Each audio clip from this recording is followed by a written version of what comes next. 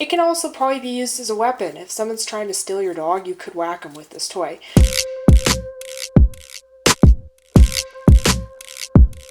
Hey guys, welcome back to another video. In this video, I'm going to be doing a review on some toys that I recently got for retro. So let's just get into it. So the first thing that we have is this Chuck It Ultra, I think it's called. And basically, it's a rubber, like a rubbery stick thing. It's been really good. Rhett really likes it. He finds it really easy to pick up. So Rhett has this like strangely sized mouth that like normal tennis balls are just a little bit big for him. Like they look awkward for him to carry. And then like the smaller ones for like smaller dogs are like too small for him. So he really likes this because it's easy to carry and stuff.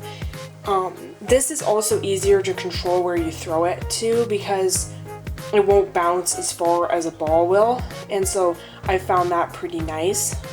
It does appear to be decent quality, and probably only for moderate to light chewers, just simply because it's the way it is. I don't think that a heavy chewer will find this much of a challenge to reduce to bits, so just keep that in mind. This was in the bargain bin. I actually wouldn't have tried it if it hadn't been there, but now I think that with how much he likes this toy, I would get it for full price. I think full price at the store was about $7 and this was like $2.50 or something, and he seems to really like it. So for the cons for this thing, this is rubbery like I said before. It will be very easy for a hard chewer to destroy to bits, and it is heavy-ish, so like your dog can get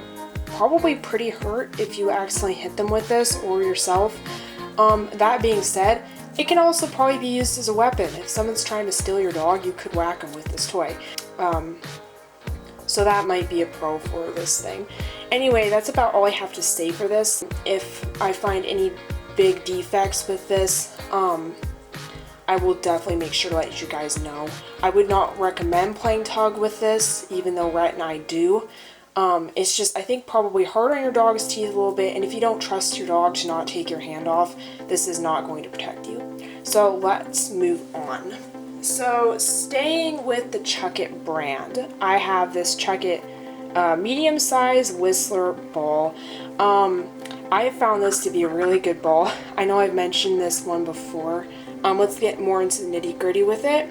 It's good quality. I've had one of these balls for one of my for my previous dog, and he was a hard chewer, and he only made a couple cracks in the last one, and so I think this would be a really good ball to get for a heavier chewer, but that's just my experience with one dog. It is really easy to throw, and it throws far, way further than your like average tennis ball.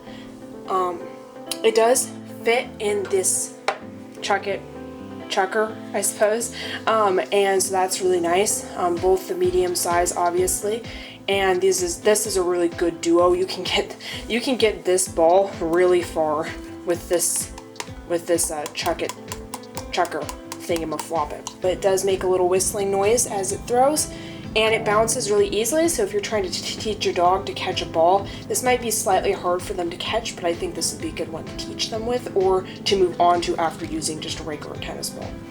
Okay, cons for this thing. This thing is spendy. You will pay for the quality on this thing, but I definitely think it's worth it. I would definitely buy this again.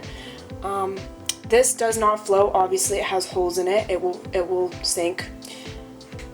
Dogs can get their teeth stuck in these holes, so if your dog tends to pull on it and you have to pull the ball out of the dog's mouth, they can get their teeth stuck in there. I've had that happen with Rhett a couple times. It's not cool. Also, snow will get packed into here. If you're trying to play with your dog with this in the winter, this will get heavy and it'll get full of snow, and obviously it won't whistle then. And also, following the winter theme, this thing gets pretty hard in winter. It gets really hard on the dog's mouth, so just keep that in mind moving forward. We're going to move on to more of the Kong toys. Generally, I've been very happy with these, but I did get one recently that I'm actually not a huge fan of. So this is the Kong Wubba, I think it is. I think that's an A. We bought this recently for Rhett. It does have a squeaker in it. This is a heavy toy. It's got nice color, and it's got, seems like good quality, like the stitching's good. There is other choices in size and color, I believe. And yeah, Rhett actually plays with this pretty well by himself. Because it's heavy, and he like takes this and he wings it around, so that's kind of cool. So that's nice. If you want your dog to play with itself, then this might be the way to go. Unfortunately, I do not think that I will get this thing again. This sort of cheetah body is really hard for Rhett to hold on to, and he can't even operate the squeaker. So just as something to keep in mind, if your dog has kind of a strangely sized mouth, this might not work well for him.